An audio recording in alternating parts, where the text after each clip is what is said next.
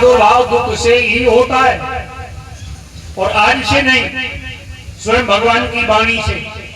यदा यदा हि धर्मस्य ग्लानिर्भवति भारत अभ्युत्थानं धर्मस्य तदात्मानं सृजाम्यहं परित्राणाय साधूनां विनाशाय च दुष्कृतां धर्म संस्थापनार्थाय संभवामि युगे युगे।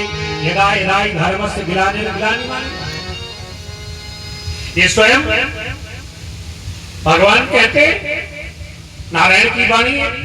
अरे चलो उसको छोड़ दो, व्यास जी की वाणी सुन लो। व्यास जी की वाणी क्या है? यम प्रवजंतमनपेतमपेत कृत्यम द्विपायनो विरह। विरह माने खुशी। विरह कातर आनुभाव पुत्रेति तन्मयतया तर्वो विनोदुस्तम संसर्वहृदयम मुनिमान तोस्मि।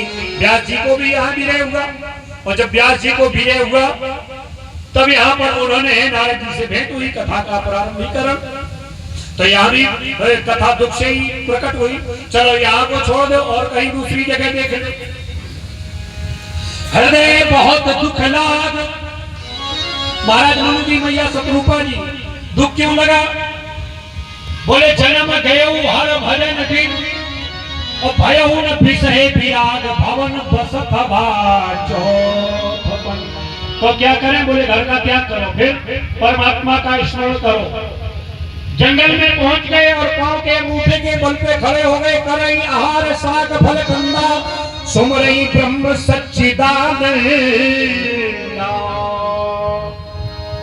और जब वहां पहुंच गए तो वह परमात्मा का प्रादुर्भाव हुआ। व्योम वाणी हुई, बोले कोई भी हो समक्ष आओ। ऐसे नहीं। तो ब्रह्मा जी आए, बोले तुम भी नहीं। विष्णु जी आए, बोले तुम भी नहीं। शिव जी आए, बोले तुम भी नहीं। हमने जिसका आह्वान किया वो है। जब वो आया तो उसने कहा कि क्या चाहते हो? बोले चाहूं तुम ही समान शुद्ध।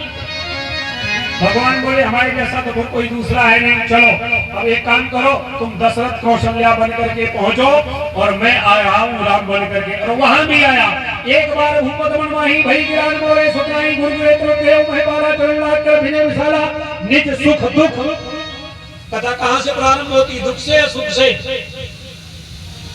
अरे जो भी होगा हमें ये पता है, हाँ, कि चाहे ये छोटी नार हो चाहे बड़ी नार हो, यहाँ तो बहुत मजबूत वाले हैं ना।